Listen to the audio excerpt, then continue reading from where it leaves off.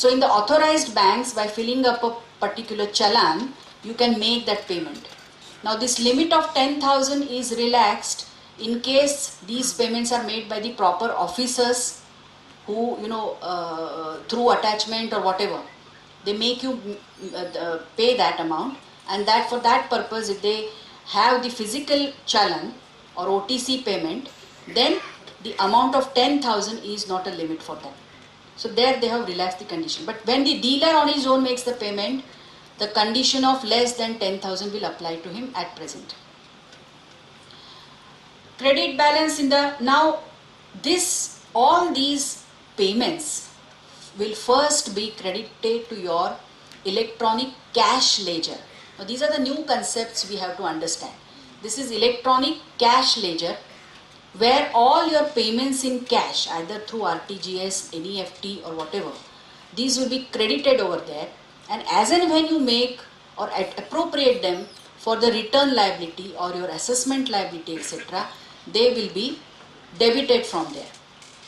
So cash ledger can be utilized for the purpose of making the payment of tax, interest, penalty, fees or any other amount. So all kinds of payments can be made through cash ledger, whereas credit ledger, which is an electronic register for ITC granted to you, that can be utilized only for the payment of tax. So this distinction has to be understood. So this is a new concept for us. This will be automatically maintained by the system for you. It includes even the tax liability register as well. ITC as per returns file shall be credited to an electronic credit ledger maintained by the system. So whatever you claim in the returns, now how you claim and what amount will be credited to such electronic credit ledger, will come to that later, is maintained by the system.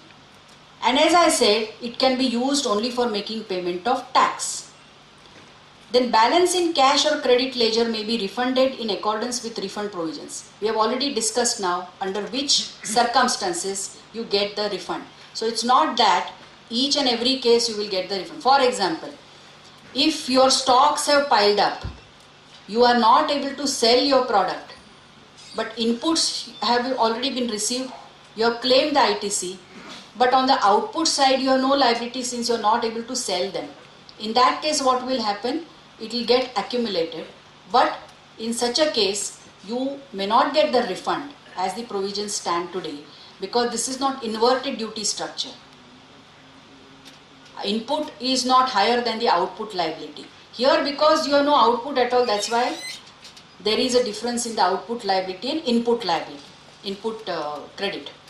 And therefore this particular situation is just one consideration, that it may not be acceptable to the authorities to refund that amount to you. All liabilities of a taxable person in a similar manner will be maintained on an electronic tax liability register. That is also prescribed under the rules now for payments. It gives the bifurcation of SGST, CGST, IGST, etc.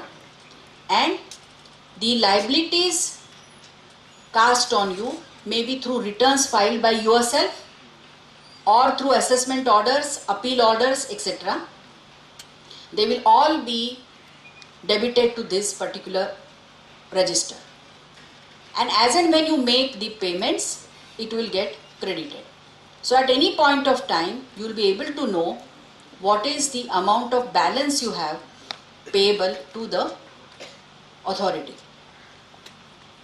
Now, how are you supposed to discharge your liability? Because I said the balance, credit balance in the cash ledger and credit ledger are available to you for discharging your liability.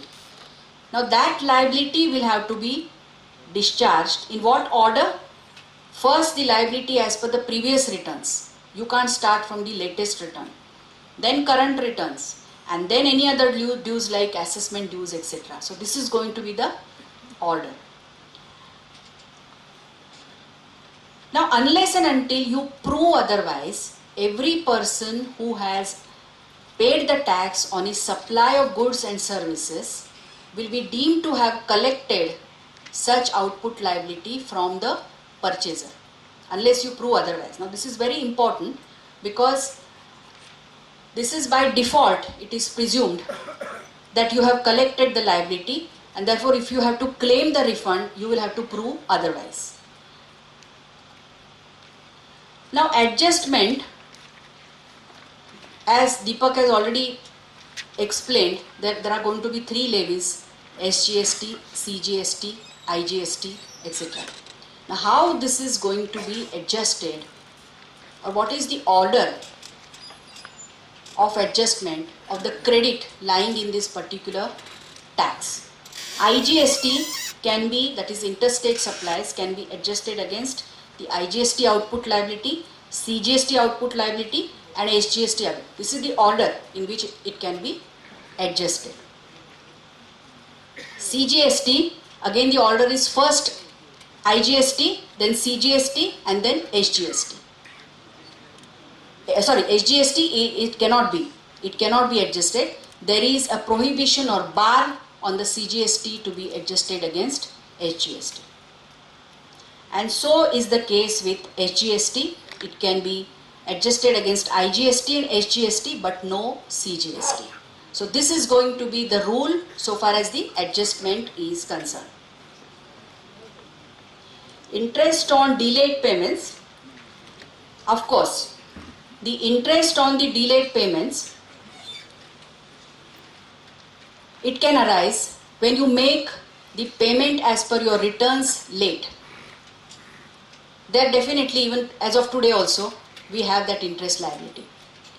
And interest when your ITC is reversed due to the mismatch as contemplated under section 29 of the model GST law, in that case also you are supposed to pay the interest. So these are the eventualities where you have to pay the interest for the delayed payment. We have then TDS provisions. TDS provisions also, such as they have been cast the obligation on the central, state government, local authorities, government agencies and any other person to be mandated or notified for that purpose to deduct tax from the payments to notified persons at 1% of the contract value exceeds rupees 10 lakhs. We have already made reference to this provision while in the registration provisions, because these are the people who require a registration also. Here the limit is 10 lakhs. Limit of 10 lakhs without tax amount. Payment of TDS to be made within 10 days after the end of the month in which deduction is made. Deductor to issue certificate to the deductee in the prescribed manner within 5 days from the crediting the amount into appropriate government. This is a very important provision. Within 5 days of his making the payment of that tax deducted into the government treasury, he is supposed to give you, the deductee, the certificate as regards that. At present we don't have the time limit as such, and therefore there are many difficulties faced by the deductees.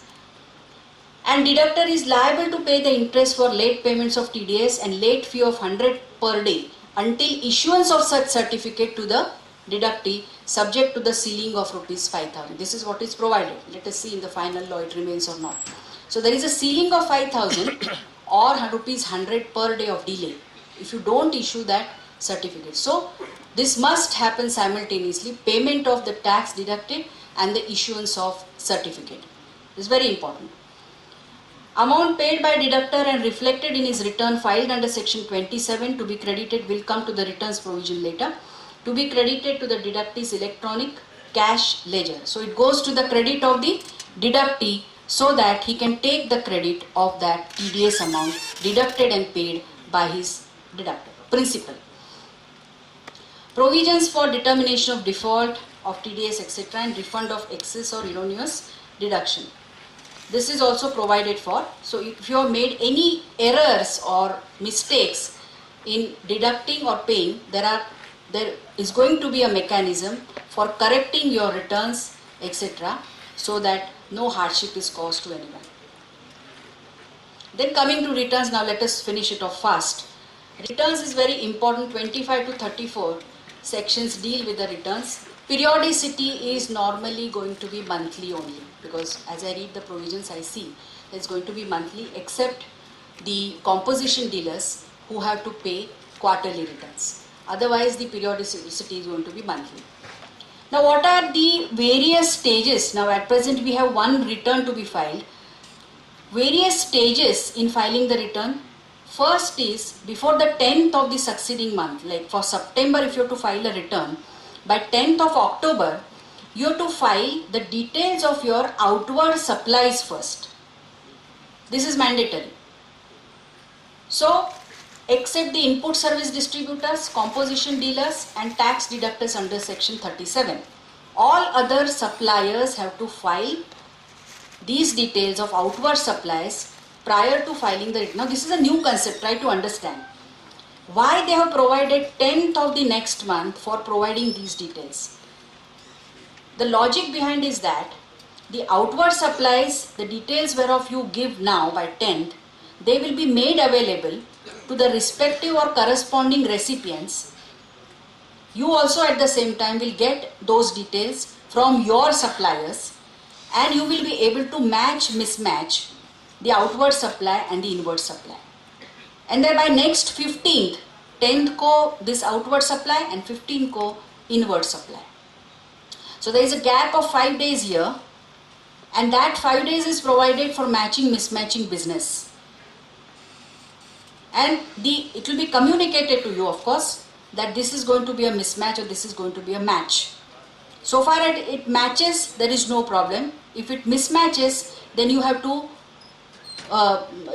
reconsider your inward supplies and accordingly file your details for inward supplies. So this is going to be the mechanism. We will have to get accustomed to it as the time comes. This is match mismatch exercise is done under section 29, and this is going to be done through the system itself, and the mismatches will be communicated both to the supplier as well as the recipient, and accordingly you will have to either rectify your inward supplies details or your returns, because if you rectify your inward supply details, then naturally you will have to rectify your return as well if it is already filed.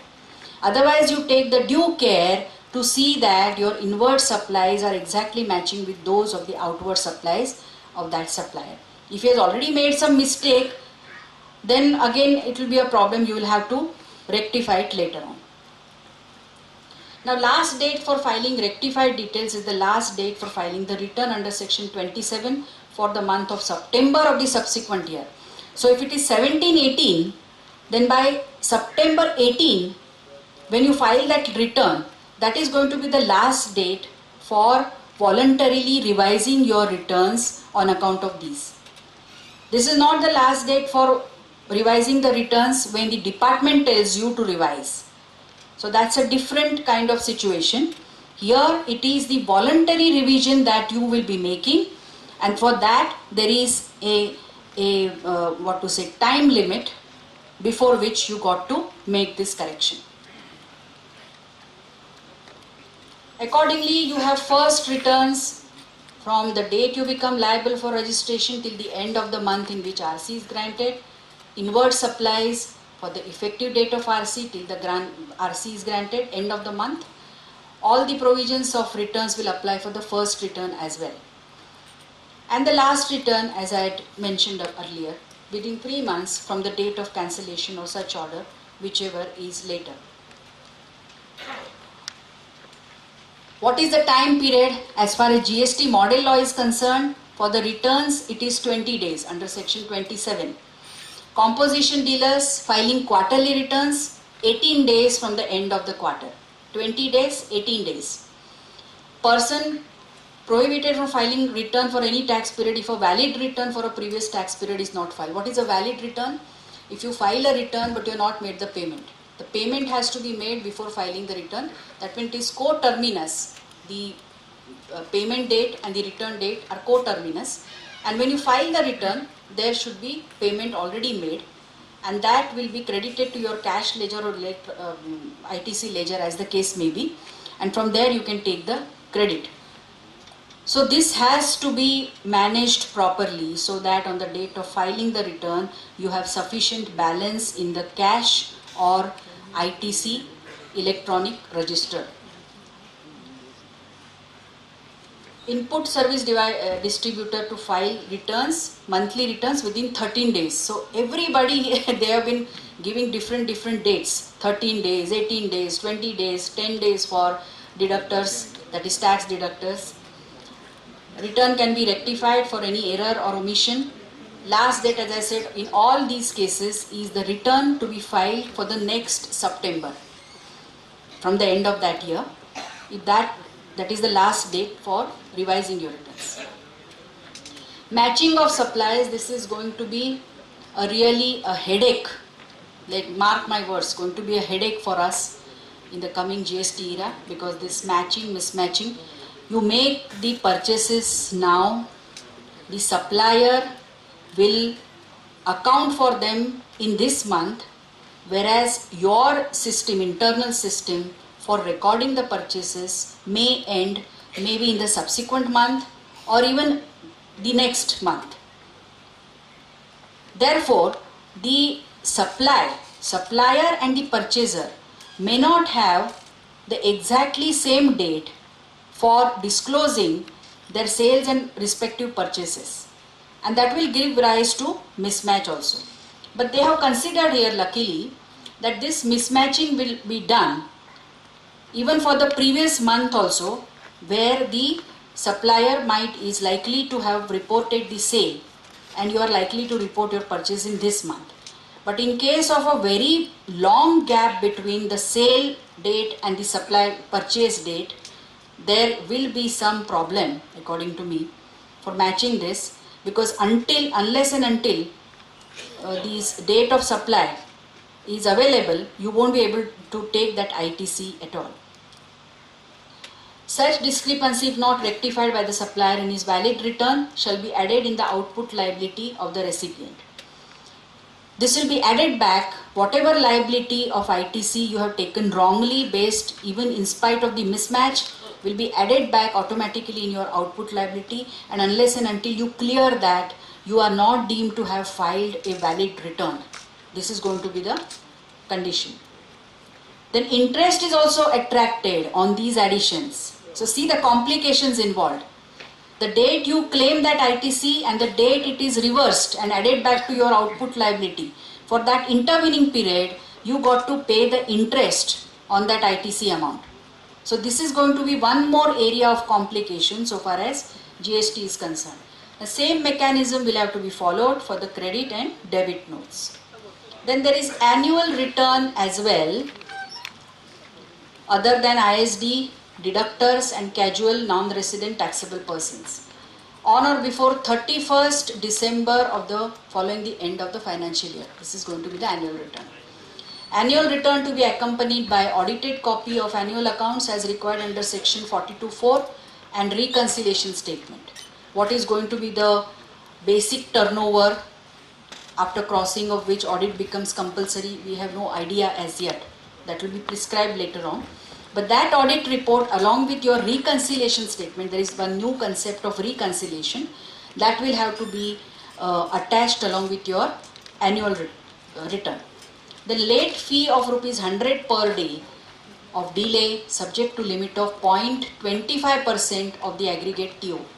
So if you don't file an annual return in this manner, what is going to be the penalty?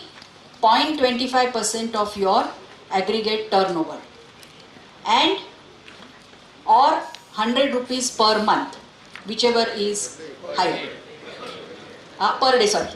Per day. Similar late fee for delay in filing outward inward supplies details, valid returns, etc. at ₹100 per day, subject to maximum of ₹5,000. So these are going to be quite rigorous provisions so far as the returns, payments, etc. are going. The actual complications and complexities will come to know, because now we have been filing the returns in a little bit similar way, invoice wise details, etc. Of course, this is a trailer. The main movie will start from 1st April onwards. So, as of today also we are facing so many problems. after GST, I think they are going to be very, very rigorous on this particular issue, and therefore, I think we will have to face that music whenever it comes. So anyway, thank you very much for listening to me.